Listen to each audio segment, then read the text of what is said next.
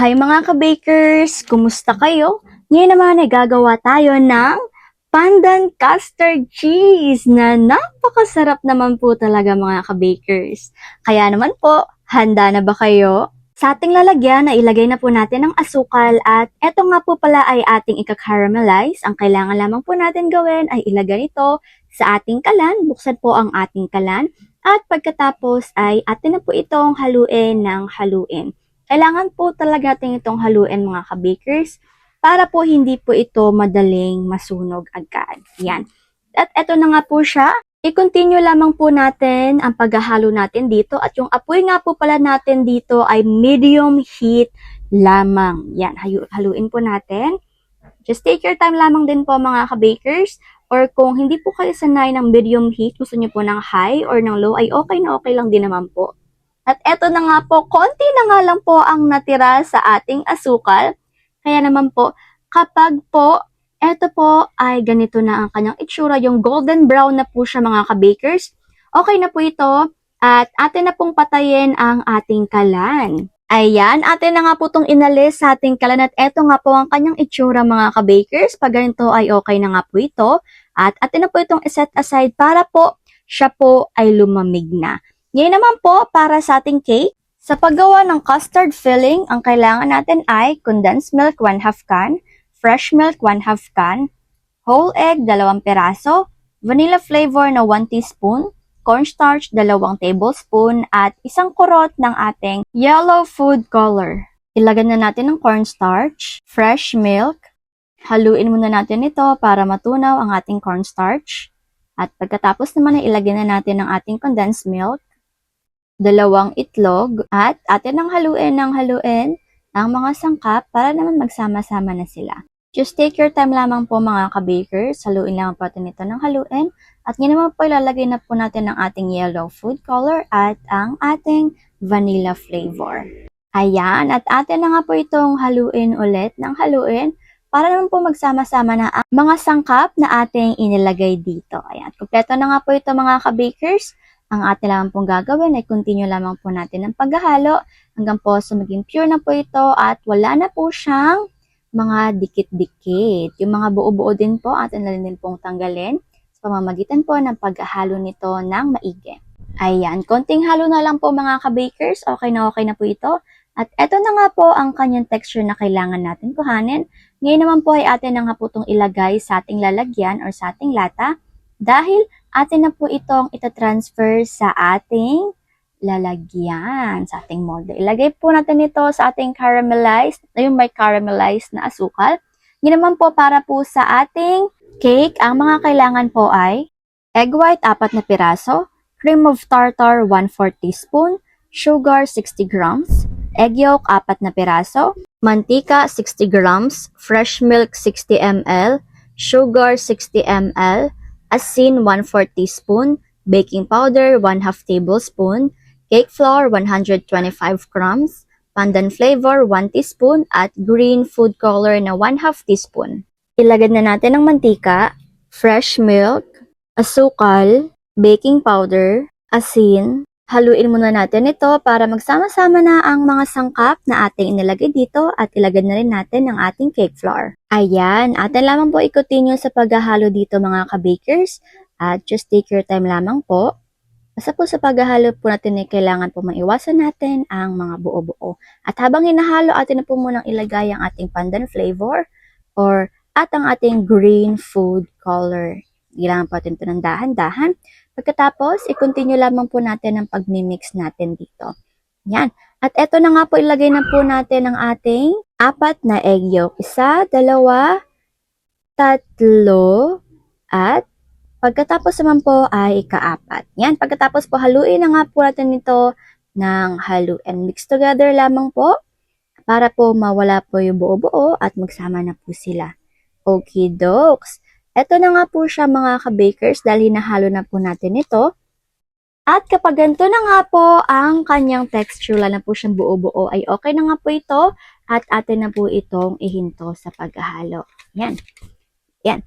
Dahil tapos na nga po tayo sa ating mixer, ilagay na po natin ang ating egg white at ang ating cream of tartar. Buksan na nga po natin ang ating mixer at hayaan po natin itong mag-mix hanggang po sa umalsa po siya ng kaunti na parang ganito at ilagay na po natin ang ating asukal. Kung hindi po kayo komportable na nakabukas po ang ating mixer habang nilalagay ang asukal ay okay lang din naman po na patayin ito. At eto na nga po ang kanyang texture mga ka-bakers, yung alsa na po siya, puting-puti na po ang ating egg white at foamy na po ito ay atin na pong patayin ng ating mixer. At kukunin na po natin ito dahil atin na po itong ilalagay sa ating unang minix. Yan, ilagay lamang po natin ito ng dahan-dahan. Siyempre, just take your time lamang po mga ka-bakers. At pagkatapos po mailagay lahat, ay atin na nga po itong hahaluin. Ayan, sa paghahalo po mga ka-bakers, kung maaari lamang po na isang direksyon lamang po ang ating gawin, ay okay na okay po ito para po hindi po masyadong bumagsak ang ating egg white or hindi po talaga siya bumagsak. Yan, continue lamang po. At kapag kagaya po nito mga ka-bakers na pure na po siya, nagsama-sama na pong lahat ito, ay okay na nga po ito at atin na po itong ilagay sa ating unang molde na nilagyan po natin ng ating filling. Or leche flan po kasi talaga yon mga ka-bakers at atin na nga po itong pantayin. Ito na nga po ilagay po natin ito sa isa pang maliit na molde dahil maglalagay po tayo ng 1 cup na tubig dito. Kung gusto niyo po na mas madami ay okay lang. Basta po mga ka-bakers, hindi po siya umapaw sa ating lalagyan or sa ating molde. At eto na nga po talaga mga ka-bakers, ready na nga po ito para sa ating oven.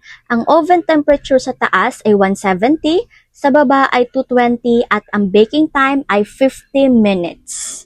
At pagkatapos po ng 50 minutes, ay luto na nga po ang ating pandan custard. Atin lang po siyang i-double check. At dahil na-check na po, ay okay na nga po ito para atin ang ipahinga. Kailangan po talaga na malamig na po siya bago po natin ito tanggalin sa kanyang molde. Gumamit lamang po tayo ng maliit na bread knife at plato dahil atin na po siyang ibabaliktad. Ayan. Dahan-dahanin lamang po natin sa pagbabaliktad pero no worries dahil hindi naman po ito mabilis masira dahil malamig na po ito. At charan, eto na nga po talaga ang ating napakasarap na pandan custard.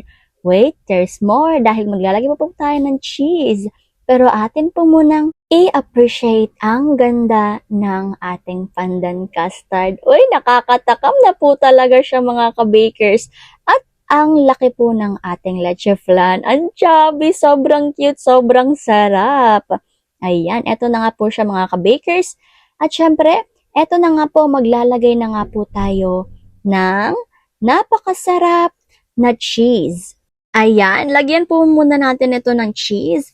Yung cheese po na nagamit natin dito ay 50 grams po. Pero kung gusto niyo po siyang dagdagan or bawasan ay okay na okay lang din naman po mga ka-bakers. Pero mas masarap po kapag madami-dami po siya. Parang nagko-contrast po kasi yung lasa niya. Medyo maalat yung cheese, tapos tama yung tamis ng ating custard. Kaya naman, perfect na perfect po talaga. So, eto na nga po talaga ang ating finished product mga ka-bakers. At atin na nga po itong hihiwain. O, di po ba ang bilis niya lang po mahiwa? Siyempre, kuha po muna tayo ng ating lalagyan. Ayan, at eto na nga po siya. Napakasarap, napakayami, napaka-pure. Tignan niyo po mga ka-bakers, hindi po magaspang ang ating cake. At higit sa lahat ay sobrang sarap niya po talaga. O, presenting our finished product na nakakatakam kahit video pa lang. Ay, naku po talaga mga ka-bakers. Nagugutom na naman po talaga ako ulit. Ay, napapadaldal na nga po talaga ako. Kaya naman mga ka-bakers, eto na po ang ating napakasarap na pandan custard cheese. Sana po ay nagustuhan niyo ang ating video. Maaari po kayo mag-like, mag-share, mag-comment. Naku po, maraming salamat po talaga sa inyong lahat mga ka-bakers. At eto na nga po ang ating food for the soul ngayon. Kawikaan 14:29, ang mapagpasensya ay mas higit ang karunungan, ngunit ang madaling magalit ay nagpapakita ng kahangalan. Amen, amen, amen. Naku po, mukhang kailangan na kailangan ko po talaga ito ngayon mga ka-bakers. Sino pong nakaka-relate dyan? Naku, have mercy po Lord, bigyan niyo po kami ng maraming pasensya. At sana ay hindi ito maputol at hindi ito mawaglit sa aming isipan at puso. Naku, gustong-gusto ko po talaga magkaroon ng pasensya na walang katapusan. Amen, amen. Sana nga po yung mangyari ito. Ipagdasal nyo rin po ako. Anyways, mga ka-bakers, maraming salamat po sa inyong lahat. Sana ay tutunan nating magkaroon ng pusong dalisay, pusong pure para makita natin ang Diyos, pusong marunong magpatawad, pusong marunong maghintay, at pusong hindi nawawala ng pananampalataya sa ating Panginoon, at pusong marunong magpasensya. Mahalin natin ang ating Panginoon number 1 at mahalin natin ang ating kapwa. Kaya naman pag nawawalan po ako ng pasensya, eto na po talaga tong video na tong papanoorin ko. Amen, amen, amen. Sana mangyari ito, Panginoon. Please help us. Kailangan na kailangan ka po namin, lalo na sa mga araw na magulo na ang ating panahon. Kaya naman mga ka-bakers, maraming salamat po sa inyong lahat. Mahal na mahal po tayo ng ating Panginoong Hesukristo. Huwag tayong mawalan ng pag-asa. Hanggang dito na lang po muna ako. Paalam muna. Take care at higit sa lahat ay God bless.